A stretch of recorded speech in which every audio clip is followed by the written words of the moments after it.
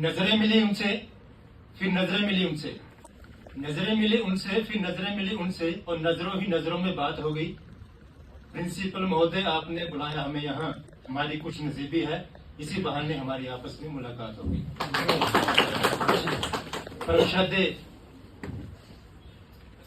Principal महोदय doctor Rajni संख्यान जी, इस कार्यशाला के प्रभारी डॉक्टर रामगोपाल शर्मा जी, निसंदेह मेरे प्रिय साथियों, सबसे पहले नमस्कार। हमारी जो 4 दिन की कार्यशाला रही है, उसमें जो भी हुआ कमरे के अंदर या कमरे के बाहर, उसको मैंने कलमबद्ध किया है और एक काव्य रूप दिया है। आशा करता हूं कि ये पंक्तियां आपको कुछ क्षणिक समय के लिए याद रहेंगी।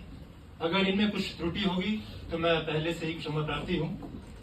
तो श्री डॉक्टर साहब के रहनुमाई में इसकी शुरुआत हुई है, तो इन्हीं से चलते हैं। डॉक्टर रामगोपाल शर्मा जी ने मधुर वाणी से प्रशिक्षण की शुरुआत की और 4 दिन के कार्यक्रम की संक्षिप्त सी जानकारी दी। मस्तानी चाल के साथ, मस्तानी चाल के साथ वो कमरे के भीतर आते हैं और अपनी स्माइल से हमें तरोताजा कर जाते हैं।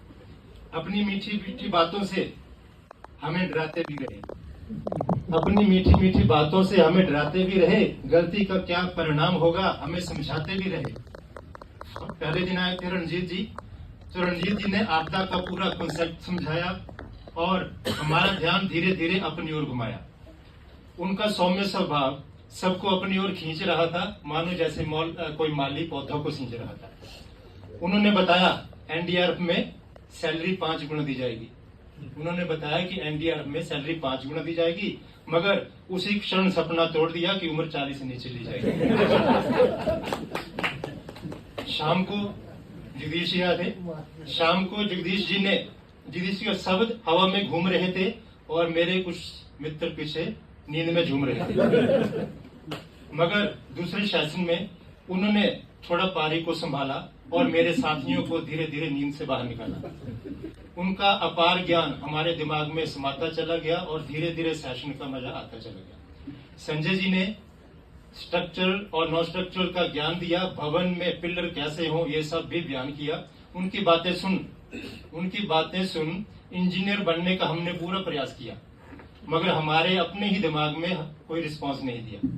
खैर, स्कूल हो या घर, हर वस्तु को सही स्थान पर धरना है, यही एक उपाय है यदि रिस्क को कम करना है।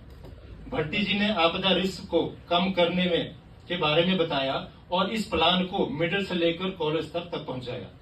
महिलाओं, बच्चों, बूढ़ों को अधिक इसकी जरूरत है। महिलाओं, बच्चों, बूढ़ों को अधिक इसकी जरूरत है। इसे शीघ्र लागू करना चाहिए क्योंकि प्लान बड़ा खूबसूरत है। आज तो सर्दी का मौसम है, हम गाड़ी में आए हैं, फिर भी सर्दी लगती है, लेकिन हमारे दो जांबाज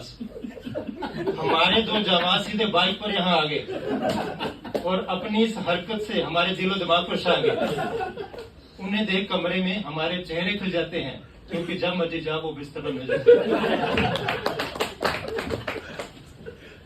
डॉक्टर अजय जी आए थे कल।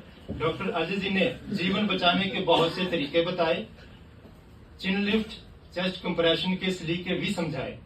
एबीसी के विषय में पूरा उन्होंने विस्तार किया, एबीसी के विषय में पूरा उन्होंने विस्तार किया और भाई राजेश जी के पीठ पर जोर जोर से प्रहार किया। वैसे तो राजेश जी मुस्कुराते हुए आ रहे थे, मगर उनके चेहरे के हाव भाव सारी कहानी बता रहे थे। अजय जी की बातों ने सबको मंत्रमुग्ध कर दिया और दूसरों की जान बचाने का जोश हमें भर दिया। होमगार्ड साथियों ने भी अपना हुनर सिखाया और रिसर्च व रेस्क्यू का सारा सिस्टम समझाया। अपने सोलनवाल भाई, इनका भी बहुत बहुत धन्यवाद।